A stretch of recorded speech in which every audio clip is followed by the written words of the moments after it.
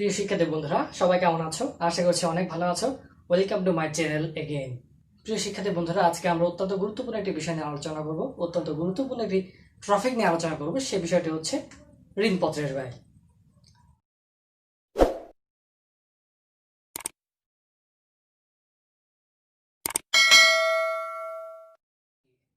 ঋণ বিষয়টা কি? ঋণ বিষয় সম্পর্কে কিন্তু আমরা সবাই মোটামুটি জানি। ঋণ বা ধার এই বিষয়গুলোর সাথে কিন্তু আমরা সরাসরি সংশ্লিষ্ট। ব্যক্তিগত জীবনে বা দৈনন্দিন জীবনে এই বিষয়গুলোর সাথে কিন্তু আমরা ওতপ্রোতভাবে জড়িত। তো ঋণপত্রের ক্ষেত্রেও কিন্তু বিষয়টা কিছুটা একই রকম। মূলত ঋণপত্র হচ্ছে ঋণের দলিল। ঋণপত্র হচ্ছে ঋণের দলিল, অর্থাৎ যে দলিলের মাধ্যমে একটি কোম্পানি জনগণের কাছ থেকে বা বিনিয়োগকারীদের কাছ থেকে ঋণগুলো গ্রহণ করে থাকে বা অর্থ সংগ্রহ করে থাকে, এই ধরনের ডকুমেন্টস বা এই ধরনের দলিলকেই মূলত বলা হচ্ছে ঋণপত্র। তো প্রিয় শিক্ষার্থী বন্ধুরা, আজকে আমরা ঋণপত্রের ব্যয় কিভাবে নির্ণয় করতে হয় সেই বিষয়গুলো সম্পর্কে তত সহজভাবে শিখবো। আসলে ঋণপত্রের ব্যয় নির্ণয় করতে গেলে যে বিষয়গুলো হয় সেটা হচ্ছে, অনেক সময় আমরা দেখতে পাই যে অনেক ধরনের সূত্র সেখানে অ্যাপ্লাই করা হয়। দেখা যাচ্ছে যে 5 থেকে 7টা সূত্র থাকে অনেক সময়। সে বিষয়গুলো আমাদের মাথার মধ্যে অনেক সময় হেজিটেশনের সৃষ্টি করে। আমরা আসলে বুঝতে পারি না কোন সূত্রটা অ্যাপ্লাই করব। কোন সূত্রে কর থাকে, কোন সূত্রে কর থাকে না।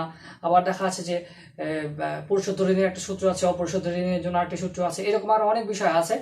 তো খুঁটিনাটি সব বিষয়কে ঝেড়ে ফেলে আমি দুটি সূত্রের মাধ্যমে তোমাদের ঋণপত্রের ব্যয়টি শেখাবো, যাতে এই সূত্রগুলোর মাধ্যমে তুমি পরবর্তীতে যে কোনো ধরনের ঋণের ব্যয় নির্ণয় করতে পারো।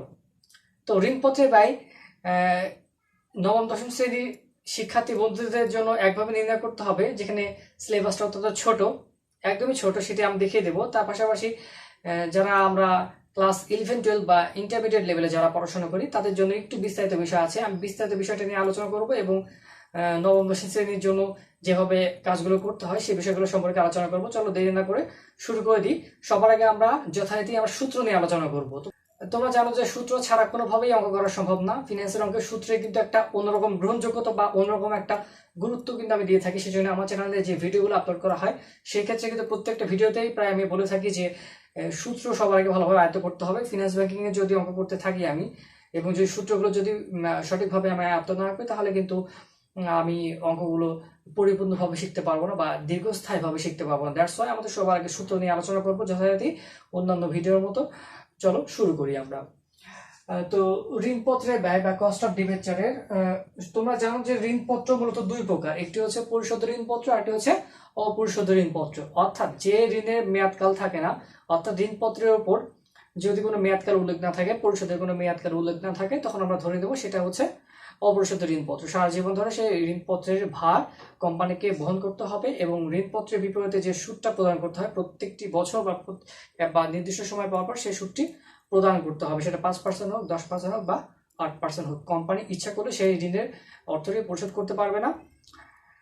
এবার আসি আমরা পরিশোধ ঋণপত্রের ক্ষেত্রে। পরিশোধ ঋণপত্রটা কি?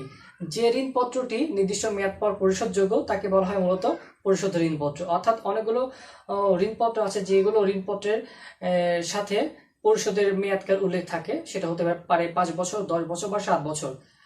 যদি পরিশোধের মেয়াদকাল উল্লেখ থাকে তখন অবশ্যই বুঝতে হবে সেটা পরিশোধ ঋণপত্র, নির্দিষ্ট সময় শেষে সেই ঋণপত্রের টাকাটি পরিশোধযোগ্য। তো আমরা মূলত এই দুই ধরনের ঋণপত্রের ব্যয়টাই নির্ণয় করব। আমরা শুরু করব অপরিশোধ ঋণপত্রের ক্ষেত্রে। অপরিশোধ ঋণপত্র নির্ণয় করার জন্য আমাদের যে বিষয়টি, যে সূত্রটি আমাদের অ্যাপ্লাই করতে হবে সেটা হচ্ছে I into 1 minus TR divided by NSP into 100। তো I কি? I হচ্ছে, আমি ডেফিনেশনগুলো সবগুলো আস্তে আস্তে তোমাদের দিয়ে দেবো। সবার আগে সূত্রগুলো আমি আলোচনা করে নিই, তারপর আমি ডেফিনেশনগুলো অবশ্যই বিস্তারিত আলোচনা করব। এরপর আসে পরিশোধ ঋণপত্র। পরিশোধ ঋণপত্রটা কেমন? যে ঋণপত্রের টাকাটি পরিশোধযোগ্য তাকে বলা হচ্ছে পরিশোধ ঋণপত্র। তো পরিশোধ ঋণপত্রের ক্ষেত্রে যে সূত্রটি আমরা অ্যাপ্লাই করবো সেটা হচ্ছে 1 plus RB minus NSB divided by N divided by RB plus NSB divided by 2 into 1 minus TR into 100। তো এই অংশটি তখনই আসবে যখন কর হারটি দেওয়া থাকবে। যদি কর হার দেওয়া থাকে অঙ্কে তখন এই অংশটি আসবে, আর যদি কর হার অঙ্কে না থাকে তখন এই 1 মাইনাস টিআর বা 1 মাইনাস টিআর এই অংশ দুইটি অ্যাভয়েড করলেও হবে, কোনো সমস্যা হবে না। আর যদি তোমরা যদি তোমরা এই একই সূত্রের মাধ্যমে অঙ্কটি করতে চাও তাহলে অবশ্যই এই ক্ষেত্রে যদি মনে করো যে না এই অংশটি রাখবো, আমি ঝামেলার মধ্যে যাবো না, জাস্ট একটি সূত্র মুখস্থ করবো, একটি সূত্রের মাধ্যমে আমি অঙ্ক করবো, ইউ আর ওয়েলকাম। সেক্ষেত্রে আমাদের যে কাজটা করতে হবে সেটা হচ্ছে ট্যাক্স রেট এখানে 0 দিয়ে দিতে হবে, যেহেতু ট্যাক্স রেট থাকবে আমাদের বা কর হার থাকবে না, সুতরাং এখানে 0 দিয়ে দিতে হবে, তাহলে অঙ্কটি হয়ে যাবে। তাহলে আমরা এক সূত্র মানে জাস্ট একটা সূত্র দিয়ে সব ধরনের মানে এই ক্যাটাগরি অঙ্কগুলো কমপ্লিট করতে পারবো। এই ক্ষেত্রেও আমি শুধুমাত্র একটা সূত্রই লিখেছি, এই সূত্রের মাধ্যমে কিন্তু আমি কর যুক্ত বা কর বহির্ভূত যে ব্যয়গুলো আছে আমি কিন্তু একটা সূত্রের মাধ্যমে নির্ণয় করতে পারবো। তো কস্ট অফ ক্যাপিটালকে আমরা কস্ট অফ ক্যাপিটাল এই অংশকে আমরা কেডি দিয়ে প্রকাশ করি। KD means cost of debenture, cost of debenture. তো এই গেল আমাদের সূত্র। তো পরবর্তীতে আমরা সূত্রের ডেফিনেশন সম্পর্কে আসি, সেটা হচ্ছে সবার আগে দেখতে পাচ্ছি আরভি। আরভি মানে কি? আরভি মানে হচ্ছে পরিশোধ মূল্য, অর্থাৎ নির্দিষ্ট মেয়াদ শেষে যে অর্থটি দিয়ে ঋণের টাকাটি পরিশোধ করতে হবে এটাকে বলা হবে পরিশোধ মূল্য। প্রিয় শিক্ষার্থী বন্ধুরা, একটা বিষয় তোমাদেরকে বলে দিই, সবসময়ের জন্য কিন্তু আমাকে পরিশোধ মূল্য সরাসরি উল্লেখ নাও থাকতে পারে। দেখা যাচ্ছে যে অনেক সময় বলা থাকলো না যে শুধুমাত্র ঋণের যে অভিহিত মূল্য বা লিখিত মূল্য, সেই লিখিত মূল্যই স্ট্যাম্প পেপার বা দলিলের উপর লেখা থাকতে পারে। যদি কোনো কারণবশত আরভি বা পরিশোধ মূল্য অঙ্কে না থাকে তখন কিন্তু ফেস ভ্যালু বা লিখিত মূল্যটি কিন্তু পরিশোধ মূল্য হয়ে যাবে, এটা মাথার মধ্যে রাখতে হবে। এই বিষয়টা একটু ভালো করে মনোযোগ দিয়ে বুঝবে। NSV that means net sales value. Net sales value মানে হচ্ছে নিট বিক্রয় মূল্য। নিট সেলস ভ্যালুটা কি? মনে করি একটি কোম্পানির ঋণপত্রের দাম 1000 টাকা, এটাকে বলা হবে ফেস ভ্যালু বা অভিহিত মূল্য, যেটা ঋণপত্র দলিলের উপর লেখা থাকে এটাকে বলা হবে ফেস ভ্যালু। কত টাকা? 1000 টাকা। অনেক সময় হয় কি, কোম্পানি যদি ভালো অবস্থানে থাকে তখন বেশি মূল্যে ঋণপত্রগুলো বিক্রি করে, আবার যদি কোম্পানির অবস্থা ভালো না থাকে বা কোম্পানির সুনাম যদি কম থাকে অনেক সময় কম মূল্যেও ঋণপত্রগুলো বিক্রি করে। মনে করি কোনো কারণবশত এই 1000 টাকা লিখিত মূল্য থাকলেও ঋণপত্রটি বিক্রি করছে 980 টাকা দিয়ে, তার মানে 20 টাকা বাদ দিয়ে সে ঋণপত্রটি বিক্রি করছে কোম্পানিটি, তার মানে 20 টাকা এখানে বাট্টা দেওয়া হয়েছে। যেহেতু ঋণপত্র বিক্রি হচ্ছে না, অনেক সময় হয় কি, যদি ঋণপত্রের চাহিদা বেশি থাকে বেশি মূল্য কিন্তু বিক্রি হয়, অর্থাৎ লিখিত, আমরা এখান থেকে স্পষ্ট হচ্ছে লিখিত যে মূল্যটি থাকবে সেই মূল্যে যে কোম্পানি শেয়ার বিক্রি করবে বা ঋণপত্র বিক্রি করবে এটা কিন্তু কোনো সময়ের জন্যও না, বেশি হতে পারে আবার কম হতে পারে। তো এখানে আমরা 20 টাকা কম ধরেছি, বেশি হলে যোগ করে নিতাম। অনেক সময় হয় কি, কোম্পানি যখন ঋণপত্রগুলো বিক্রি করে আনুষঙ্গিক আরো অনেক কিছু খরচ হয়ে থাকে, অনেক সময় বিভিন্ন রকম খরচ সংগঠিত হয়ে থাকে। ঋণের অর্থটি সংগ্রহ করতে, ঋণপত্রের অর্থটি সংগ্রহ করতে অনেক ধরনের খরচ হয়ে থাকে। তো সেই খরচগুলোকে আমরা এখান থেকে বাদ দিব। মনে করি খরচ হয়েছে 30 টাকা, যদি আমরা বাদ দিই তাহলে আমাদের অবশিষ্ট থাকছে অ্যাটলিস্ট কত টাকা থাকছে? 950 টাকা থাকছে। এটাই মূলত নিট সেলস ভ্যালু, এটাই মূলত নিট বিক্রয় মূল্য, অর্থাৎ যে বিক্রি করার পর যে টাকাটা আমাদের কোম্পানির ফান্ডে আসবে এটাই হচ্ছে নিট বিক্রয় মূল্য। তারপরে দেখতে পাচ্ছি অভিহিত মূল্য থেকে সমস্ত প্রকার বাট্টা বা সমস্ত প্রকার সংগ্রহ ব্যয় বা আনুষঙ্গিক সমস্ত বিষয় বাদ দিয়ে যে টাকাটি পাবো সেটি হচ্ছে নিট সেলস ভ্যালু বা নিট বিক্রয় মূল্য। এনতে বছর সংখ্যা, নাম্বার অফ ইয়ার। টিআরতে কর হার বা ট্যাক্স রেট। আয়তে সুদ। তো প্রিয় শিক্ষার্থী বন্ধুরা, এই জায়গাটা একটু ভালো করে লক্ষ্য করে দেখো, সেটি হচ্ছে এখানে দেখতে পাচ্ছ সুদ, সুদের হার না কিন্তু। যদি এখানে সুদের হার বলতাম তাহলে 10% বা 5% যদি সুদের হার থাকতো এখানে কিন্তু সেটাই বুঝতো। যেহেতু এখানে সুদের পরিমাণ বলা আছে, দ্যাটস ওয়াই এখানে কিন্তু পুরো সুদটা আমাদের নির্ণয় করতে হবে। মনে করি যদি 1000 টাকা যদি একটা কোম্পানির অভিহিত মূল্য হয় ঋণপত্রের, যদি 5% সুদ দেয় তাহলে কিন্তু সুদ হবে 50 টাকা, নট 5%। এখানে কিন্তু 5% আসবে না, এখানে টোটাল সুদের পরিমাণটাই আসবে, নট সুদের হার। এখানে কিন্তু সুদ আসবে। যদি তুমি কোনো কারণবশত এই জায়গাতে সুদের হার দিয়ে দাও, সুদ না দিয়ে, তোমার কিন্তু অঙ্ক ভুল যাবে। এখানে কিন্তু সুদ হবে, নট সুদের হার। আমি আবার বলছি বারবার করে। তো এই গেল আমাদের সূত্র। তো প্রিয় শিক্ষার্থী বন্ধুরা, আশা করছি বিষয়টা বুঝতে পেরেছো। এখন আমরা সরাসরি অঙ্কে চলে যাব, প্র্যাকটিক্যাল সাইডে চলে যাব, কিভাবে অঙ্কটি সলভ করা যায় একটি উদাহরণের মাধ্যমে বা দুটি উদাহরণের মাধ্যমে আমরা বোঝার চেষ্টা করব। চলো আমরা বুঝে। তবে তার আগে একটি কথা তোমাদের বলে নিই, সেটি হচ্ছে, তো আমরা এখন সরাসরি প্র্যাকটিক্যালি চলে যাব আমাদের অ্যাপ্লাইড সেকশনে, একটি উদাহরণের মাধ্যমে বুঝে নেব অঙ্কগুলো কিভাবে করতে হবে। যার কারণে আমি এখন তোমাদের বিস্তারিত সূত্রে আলোচনা সহ, যাতে মাত্র 2টি সূত্রের মাধ্যমে তোমরা এই ধরনের অঙ্কগুলো সলভ করতে পারো, এই বিষয় নিয়ে তোমাদের সাথে আমি আলোচনা করব। সবার আগে নবম দশম শ্রেণীর শিক্ষার্থীদের জন্য আমি অঙ্ক প্রেজেন্ট করছি। নবম দশম শ্রেণীর শিক্ষার্থীদের জন্য যে ধরনের সিলেবাসে অঙ্ক থাকে সেই বিষয়টা নিয়ে একটু আলোচনা করব।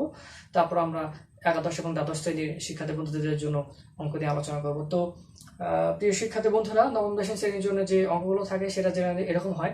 একটি কোম্পানির মূলধন কাঠামোতে 5% ঋণ মূলধনের পরিমাণ 50,000 টাকা। জেনারেলি এভাবে থাকে, বেশি তথ্য সেখানে থাকে না। সেক্ষেত্র থেকে যদি কর হার দেওয়া থাকে, উদ্দীপকের সাথে যদি কর হার দেওয়া থাকে, তখন আমাদের একটি সূত্রের মাধ্যমে অঙ্কটি সলভ করতে হবে। সেটা হচ্ছে এরকম যে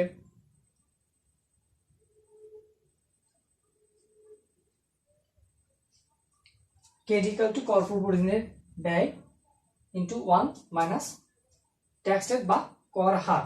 তো সেক্ষেত্র থেকে আমি বলেছি যে এখানে 5% সুদের হার, 5%,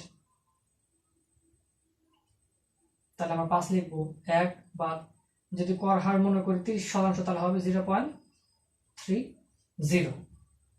এখানে যদি ক্যালকুলেশনটা করি আমরা 5 গুণ 0.70 বা 0.70, তাহলে এখানে হবে আমাদের 3.5%।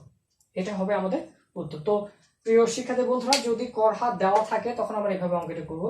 আর বাই চান্স যদি অঙ্কে কর হার দেওয়া না থাকে তখন আমাদের কোনো কিছু করতে হবে না। জাস্ট আমরা সূত্রটি এখানে লিখবো। লিখে কর হার যেহেতু এখানে দেওয়া থাকবে না, তাহলে আমরা এখানে ট্যাক্স দিয়ে দেব 0। তাহলে কত হবে আমাদের? 1 থেকে 0 বাদ দিলে 1 হয়ে যাবে। সুতরাং যে পার্সেন্টেজ থাকবে আমাদের কিন্তু সেই পার্সেন্টেজই অ্যান্সার চলে আসবে। তো আমরা এবার একাদশ এবং দ্বাদশ শ্রেণীর শিক্ষার্থী বন্ধুদের সিলেবাসে বা পরীক্ষাতে যে ধরনের অঙ্ক আসে সে বিষয়গুলোতে চলে যায়।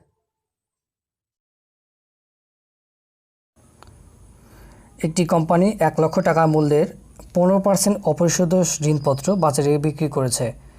কর হার 40%। শিক্ষার্থী বন্ধুরা, আমরা দেখতে পেলাম যে একটি কোম্পানির ঋণপত্রের পরিমাণ বা ঋণপত্রের মূল্য 1 লক্ষ টাকা, সুদের পরিমাণ 15% এবং কর হার 40% বা 40%।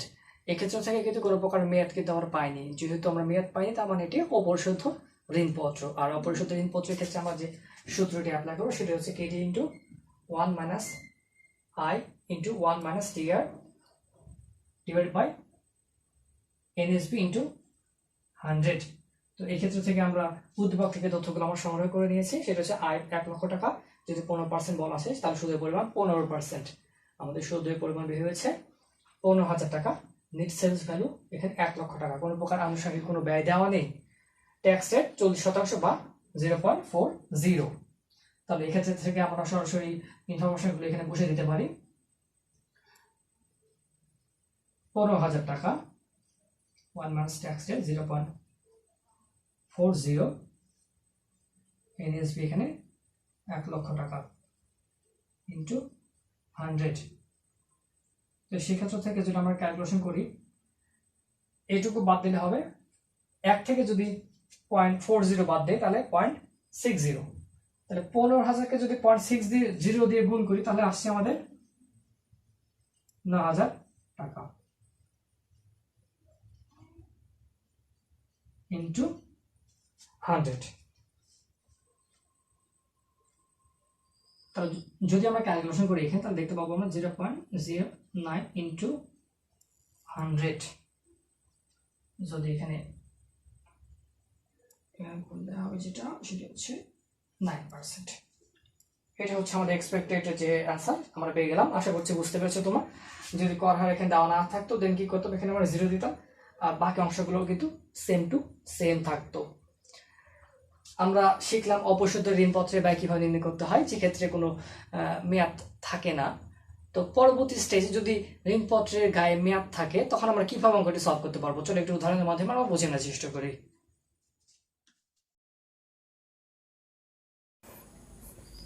একটি কোম্পানি 5 বছর মেয়াদী প্রতিটি 100 টাকা মূল্যের ঋণপত্রের বর্তমান বাজার মূল্য 90 টাকা, সুদের হার 12%।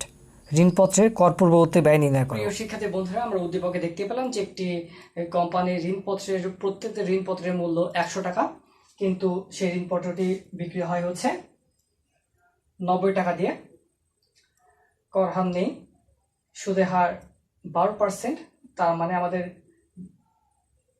100 টাকা পর 12% করে 12 টাকা। তোমরা একটা বিষয় মাথায় রাখবে, যে কোনো প্রকার পার্সেন্টেজের বিষয়গুলো সবসময় এই লিখিত মূল্য যেটা থাকবে লিখিত মূল্যের উপর হবে।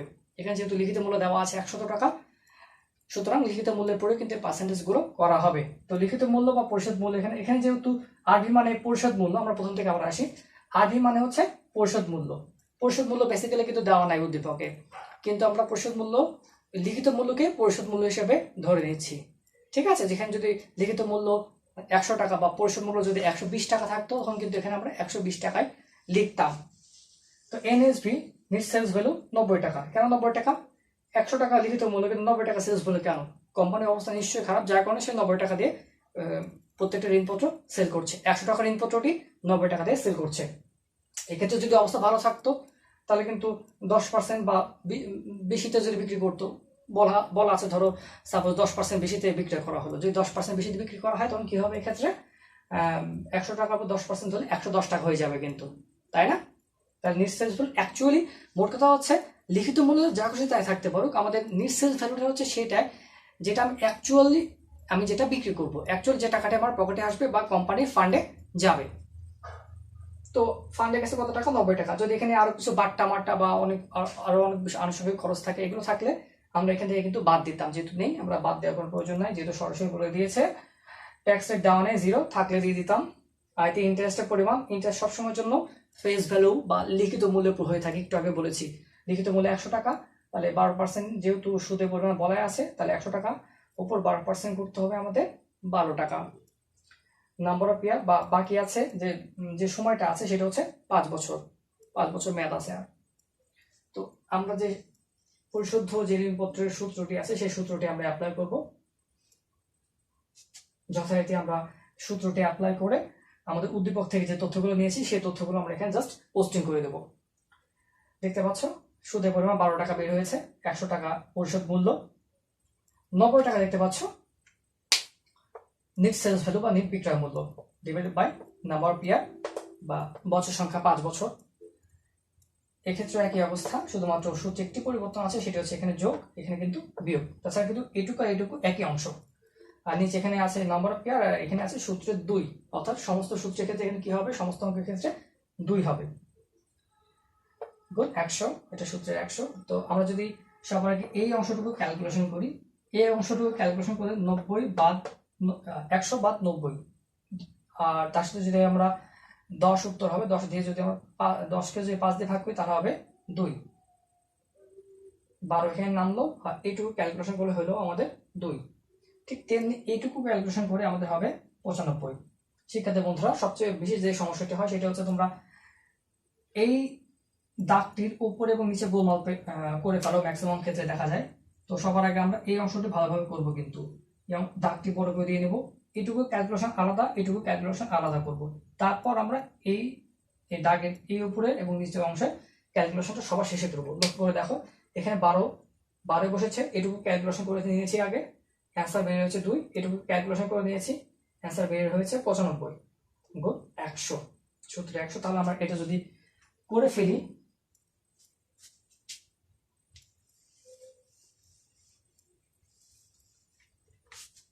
এটা যদি করে ফেলি তাহলে আমরা দেখতে পাচ্ছি 14, 95, 100। এটা যদি ক্যালকুলেশন করা যায় সম্ভবত উত্তর হবে 14.7368%। এই হচ্ছে আমাদের উত্তর। আশা করছি প্রিয় শিক্ষার্থী বন্ধুরা তোমরা অঙ্কটি বেশ ভালোভাবে বুঝতে পেরেছো। আসলে অত্যন্ত যতটুকু পারা যায় শর্টকাট এবং যাতে স্থায়ীভাবে তোমাদের মাথার মধ্যে থাকে অঙ্কগুলো, সেভাবে আমি তোমাদের পড়ানোর চেষ্টা করেছি। যদি এই ক্লাসটি তোমাদের উপকারে আসে এবং ভিডিওটি যদি ভালো লেগে থাকে তাহলে অবশ্যই ভিডিওতে একটি লাইক দেবে এবং অবশ্যই চ্যানেলটি সাবস্ক্রাইব করে রাখবে, যাতে পরবর্তী ভিডিও নোটিফিকেশনগুলো তোমরা খুব সহজেই পেয়ে যাও। এর জন্য অবশ্যই পাশে থাকা বেল আইকনটিতে অবশ্যই ক্লিক করবে, আর বন্ধুদের সাথে শেয়ার করো, যাতে যারা এই ধরনের অঙ্কগুলো ভালোভাবে শিখতে চায় আমার চ্যানেলের ভিডিওগুলো থেকে, যাতে খুব সহজে তারা অঙ্কগুলো শিখতে পারে। সবাইকে ধন্যবাদ। পরবর্তী ভিডিওতে আবার সবার সাথে দেখা হবে। সে পর্যন্ত সবাই ভালো থাকুক।